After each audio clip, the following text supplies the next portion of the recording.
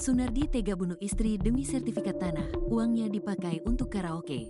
Sunardi, 44, pembunuh penagih utang bernama Sri Pujayanti, 22, dan istrinya bernama Almaidah, 51, yang jasadnya dibuang ke septic tank di rumahnya di kawasan Cibarusah, Kabupaten Bekasi pernah jaminkan sertifikat tanah. Kapolres Metro Bekasi Kombes Mustafa mengatakan sertifikat itu milik Almaidah itu dijaminkan ke bank swasta senilai 50 juta rupiah.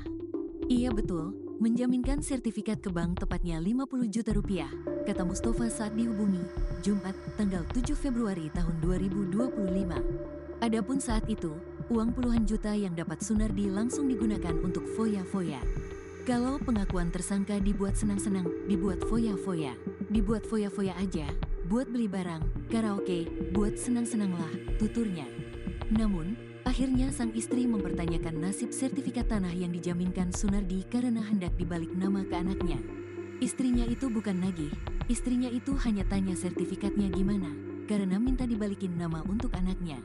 Tapi kan sama pelakunya kan belum dibayar di bank, gimana mau balikin nama, wong sertifikat masih dijaminkan di bank swasta di wilayah sini, ungkapnya. Untuk informasi, seorang perempuan, Sri Pujayanti menjadi korban penganiayaan hingga tewas di Kampung Cikoronjo RT 001005 Desa Sindang Mulia, Kecamatan Cibarusah, Kabupaten Bekasi, Senin, tanggal 3 Februari tahun 2025. Nahasnya korban ditemukan di dalam lemari terbungkus sprei yang diduga dibunuh oleh tersangka Sunardi. Kabid Humas Polda Metro Jaya Kombes Ade Arisyam Indradi mengatakan sebanyak 3 saksi telah dimintai keterangannya perihal kasus ini. Menurut keterangan dari saksi bahwa korban awalnya hendak menagih utang ke pelaku. Korban datang menagih utang pinjaman, kemudian pelaku mencekik korban ketika korban berbalik badan kemudian ditaruh di lemari, ucap Ade kepada wartawan, Rabu, tanggal 5 Februari tahun 2025. Saksi mencari korban karena tidak kunjung pulang. Diketahui korban sudah meninggal dunia, kemudian pelaku sempat melarikan diri namun berhasil diamankan Polsek Cibarusah. Kasat Reskrim Polres Bekasi Kompol Onkoseno Grandiarso Sukahar menuturkan bahwa korban merupakan pegawai koperasi. Korban dibunuh karena kesal ditagih utangnya sedangkan pelaku tidak bisa membayar. Jumlah utangnya 3 juta rupiah, ucap Onkoseno.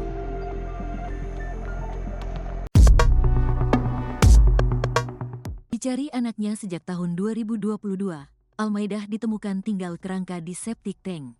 Terungkapnya kasus pembunuhan wanita penagih utang di Bekasi turut mengungkap perkara lain. Ternyata Sunardi, 43, pelaku pembunuhan telah menyembunyikan perbuatannya terhadap istri sah, Almaidah, 51. Almaidah juga dibunuh Sunardi pada November tahun 2022 lalu dan jasadnya dimasukkan ke dalam septic tank. Perbuatan Sunardi membunuh Almaidah nyaris tidak ketahuan, karena selama ini pelaku menutupi jika istrinya tersebut telah minggat. Bahkan anak Almaidah, Edi Rianto, 31, sempat mencari-cari ibunya setelah hilang tanpa jejak. Edi Rianto mendapatkan jawaban setelah Sunardi mengaku kepada polisi telah membunuh Almaidah dan jasadnya dimasukkan ke septic tank. Itu saat Sunardi ditangkap dalam kasus pembunuhan wanita penagih utang. Pengakuan Sunardi terbukti dengan ditemukannya kerangka manusia di septic tank diduga Almaidah. Akhirnya perjalanan pencarian seorang ibu yang dilakukan Edi Rianto, 31, membuahkan hasil. Edi menceritakan, ia telah kehilangan jejak ibunya sejak November tahun 2022. Saat itu, ibunya mendadak pergi dari perumahan KSB, Desa Sukaragam, Serang Baru, Kabupaten Bekasi. Almaidah, ibu Edi, pergi menemui Sunardi tanpa mengetahui ada urusan apa. Setelah pergi dari rumah, Edi langsung kehilangan kabar ibunya. Bahkan, nomor ponsel ibunya tak bisa dihubungi, setiap melakukan panggilan selalu dimatikan. Kekhawatiran makin memuncak saat Edi mendapat pesan singkat dari ibunya. Edi diminta untuk tak mencari keberadaan ibunya karena sedang pergi jauh. Iya, dibilang saya jangan nyari karena lagi jauh, ungkap Edi, Rabu, tanggal 5 Februari tahun 2025, dikutip dari kompas.com. Edi juga sudah melapor ke Polsek Serang Baru, tapi laporan tersebut tak membuahkan hasil. Ia pun berusaha mencari keberadaan ibunya dengan mendatangi rumah Sunardi di Kampung Cikoronjo, Desa Sindang Mulia, Cibarusah, Kabupaten Bekasi. Namun, upayanya tak membuahkan hasil, ia tak pernah ketemu Sunardi tiap mendatangi rumahnya. Bahkan, istri Sri Sunardi kerap mengusirnya karena sering mendatangi rumah tersangka. Ya sama istri, diusir. Saya minta info dia kemana gitu. Karena baju-baju dia, korban, masih ada di sini, sama dokumen saya, ungkap dia.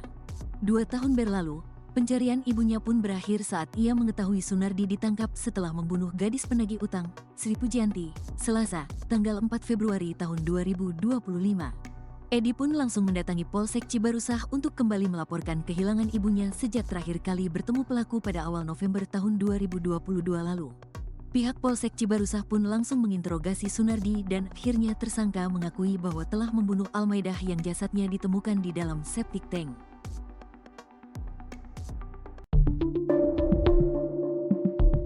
Jamnya Sunardi ingin buang jasad gadis penagih utang ke septic tank seperti mayat istrinya. Kapolres Metro Bekasi Kombes Mustafa mengungkapkan fakta baru soal pembunuhan di Bekasi yang dilakukan Sunardi, 43. Warga desa Sindang Mulia, Cibarusah, Kabupaten Bekasi itu ternyata hendak membuang jasad korban, Sri Pujayanti, 22, ke septic tank. Namun, rencana itu batal dilakukan Sunardi karena perbuatan kejinya ini lebih dulu terungkap. Sebenarnya dia ingin masukin korban SR, Sri Pujayanti, ke septic tank. Namun belum sempat dimasukkan ke sana karena ada saudara yang mencari.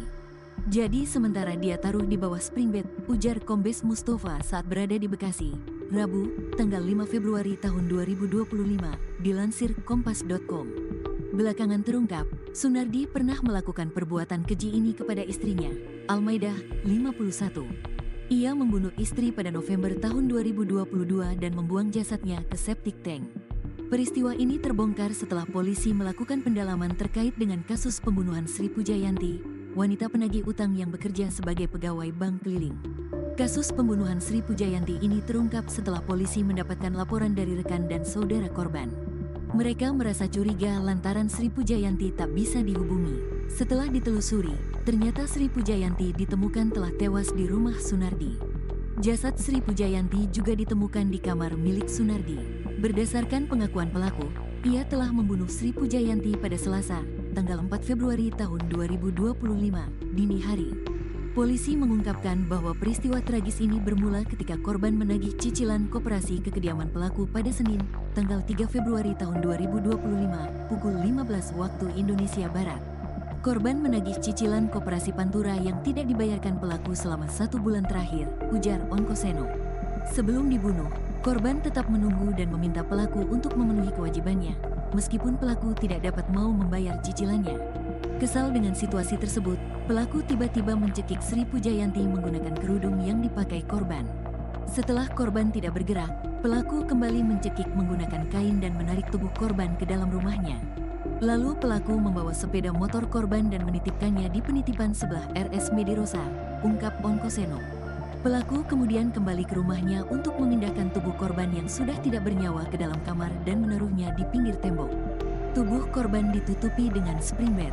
Sekitar pukul 18 waktu Indonesia Barat, teman-teman korban mendatangi rumah pelaku untuk menanyakan keberadaan Sri Pujayanti. Namun pelaku mengklaim tidak tahu dan mengatakan bahwa korban sudah pergi. Sekitar pukul 24 waktu Indonesia Barat, orang tua korban bersama warga dan ketua RT setempat mendatangi rumah Sunardi. Saat ditanya, pelaku terlihat gugup dan melarikan diri. Warga yang curiga kemudian memeriksa rumah pelaku dan menemukan jasad di dalam kamar. Kemudian pelaku dapat diamankan, tambah Onkoseno. Kasus pembunuhan terhadap istrinya pun ikut terungkap setelah polisi berhasil mendapatkan pengakuan pelaku.